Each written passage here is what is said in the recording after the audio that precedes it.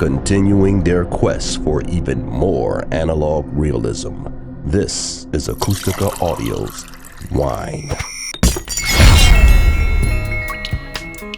So here is wine.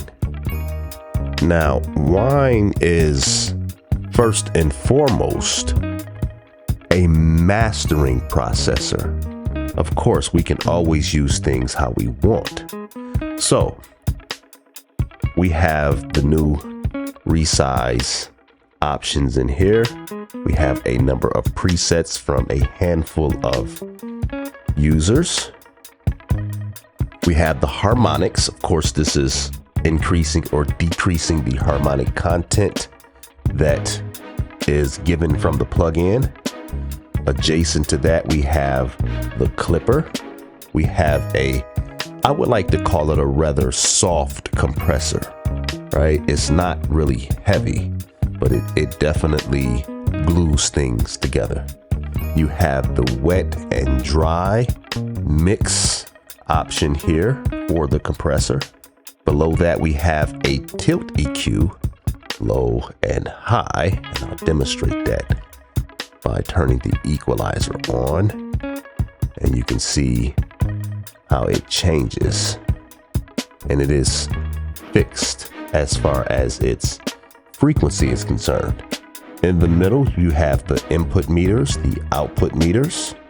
You have the ability to bring the plugin down by 5 decibels. This is how you activate the preamp, and this is new tech, old tech. This is the Alive button. What this does is it gives the preamp dynamic movement so that it functions more like a real world preamp, where you get sort of a random fluctuation in how the preamp is affecting the signal. We have True Peak options here, Simple True Peak 2, and True Peak 2 HD.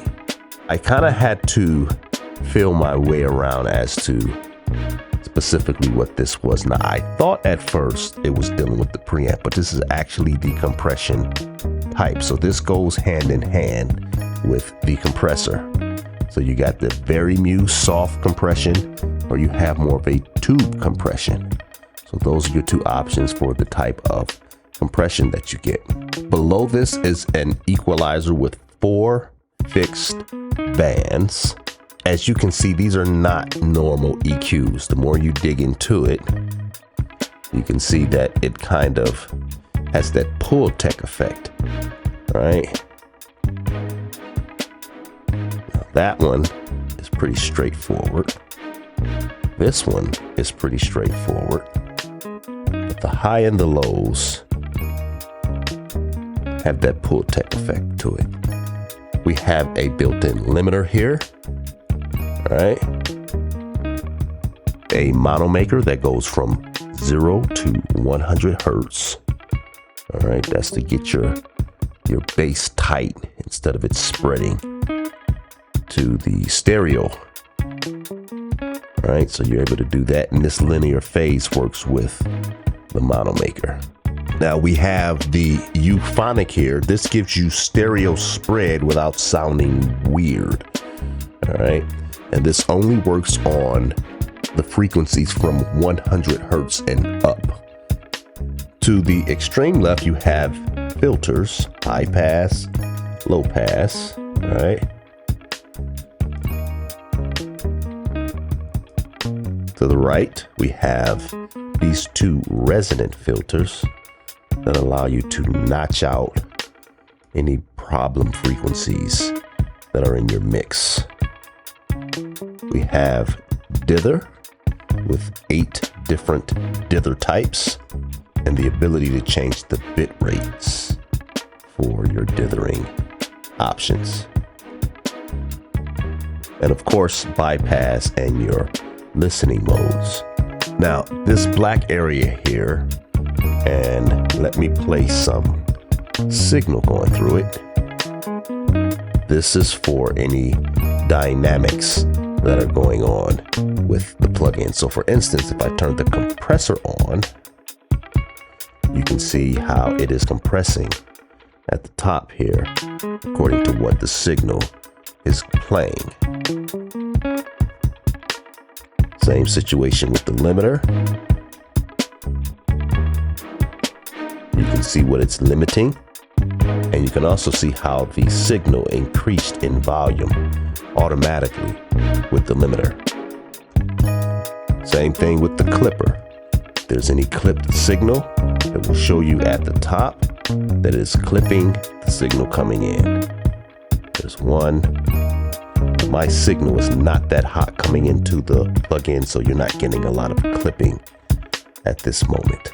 And let me state again, this plugin is generally meant for mastering. This is the reason why it is heavy on the CPU. They spared no expense here. Now, as of this video, they added Wine EQ. So what this is the EQ portion without the readout, the filters, high pass, low pass, the preamp with the alive option, all right, the tilt EQ, the ability, of course, to change the harmonic content of the preamp. This does nothing if the preamp is not engaged. The euphonics is on this plugin. There is no dynamics, no compression, no limiting, no clipping, nor are the resonant filters available on Wine EQ. So this you can actually use on your master if you're not intending to use the dynamics that come with Wine, or you can use this on individual tracks.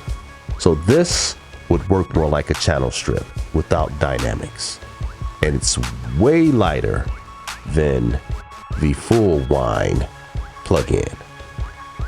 Now, Fire the Blend is the one knob option that we get, where you have just the alive option to give that behavior, and you get the euphonic option, and this is light on the CPU as well.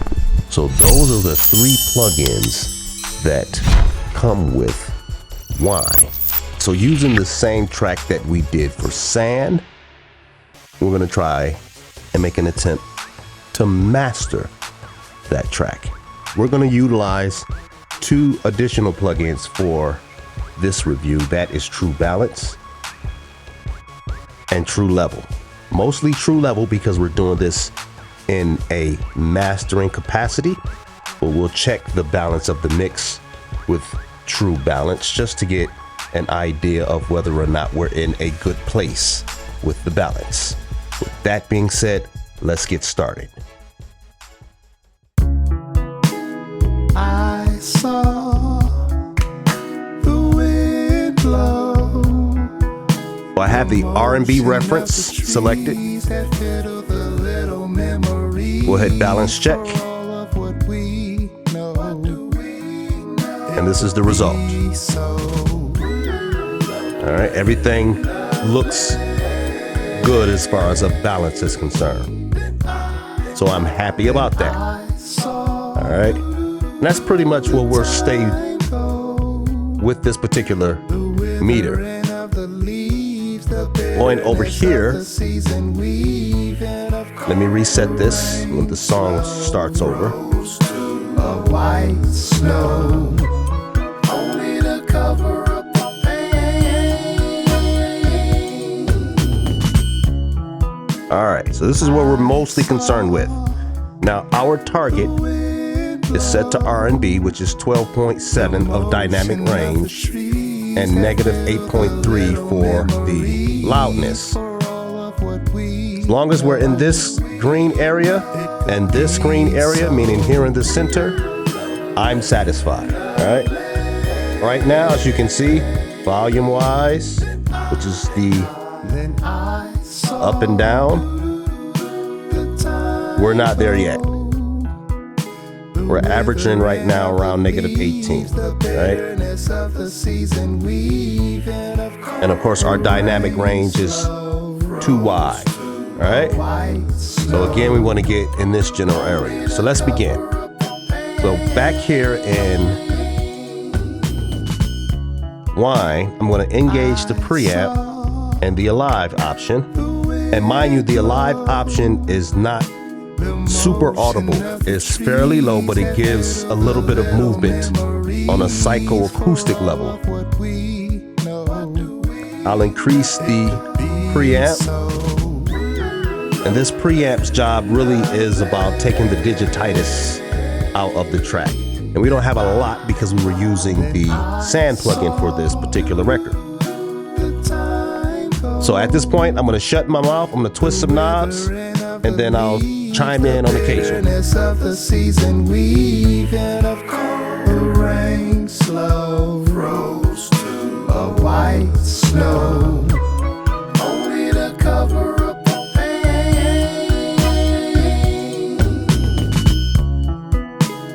I saw the wind blow, the motion of the trees that fiddle the little memories for all of what we know. It could be so lovely.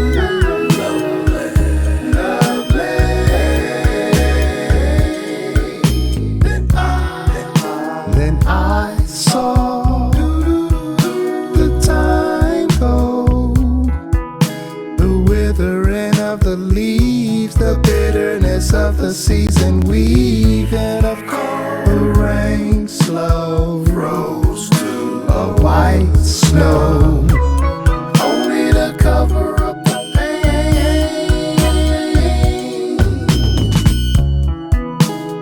I saw the wind blow, the motion of the trees that fiddle the little memories for all of what we know. Now, let me do something here. These are the input and output adjusters. So I'm gonna drop this by 10.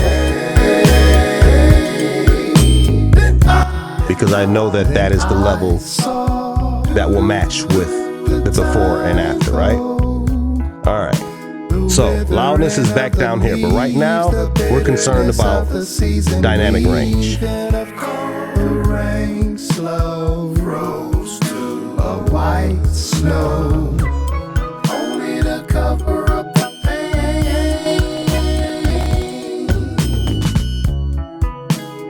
I saw the wind blow, the motion of the trees that fiddle the little memories. Now, if you see, we're getting in a better area with the dynamic range, but it's still not there yet. So let's reset, see where we're at so far.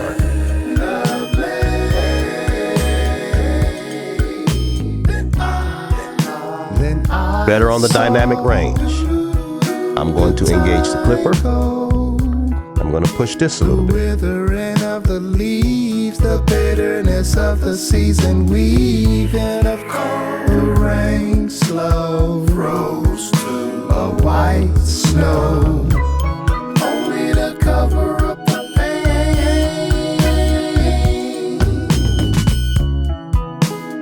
I saw the wind blow, the motion. That's a good healthy place to be right there.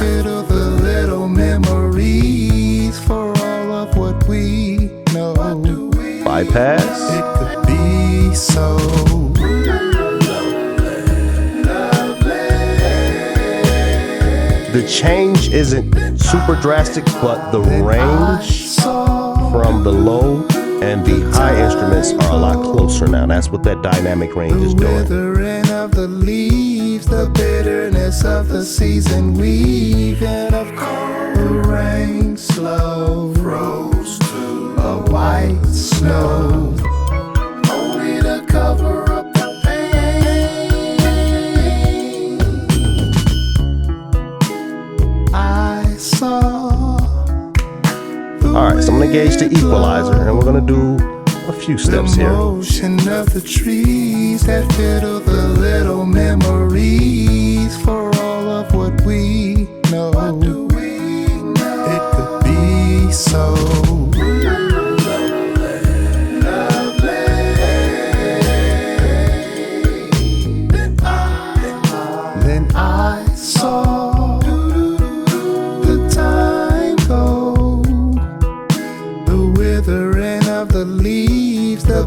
bitterness of the season weaving. Of course, the rain slow rose to a white. And I'm going to go back to true balance just to make sure that things are looking good here.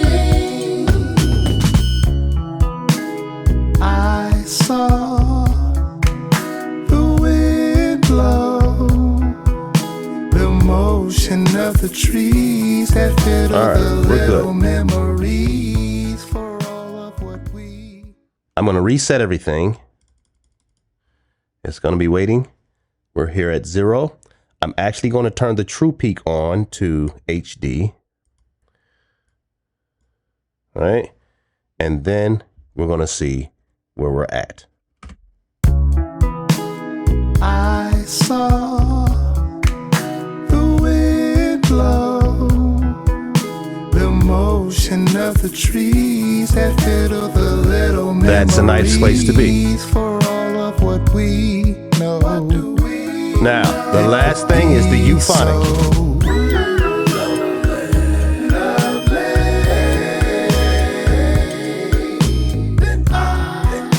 Then I saw the time. The 12 o'clock signal is very subtle. The withering of the leaves, the bitterness of the season weaving. Of course, the rain slow rose to a white snow, only to cover up the pain.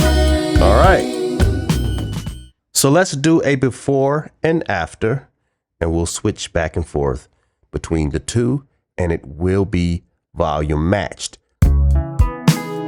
I saw the wind blow, the motion of the trees that fiddle the little memories for all of what we know. It could be so.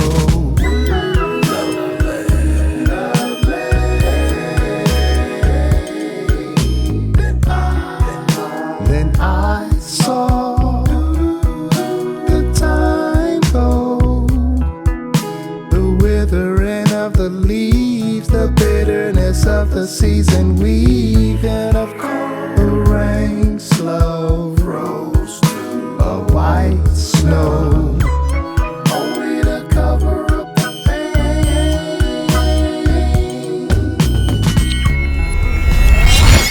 My final thoughts on Wine from Acustica Audio. As a mastering tool for finalizing your records, it's perfect.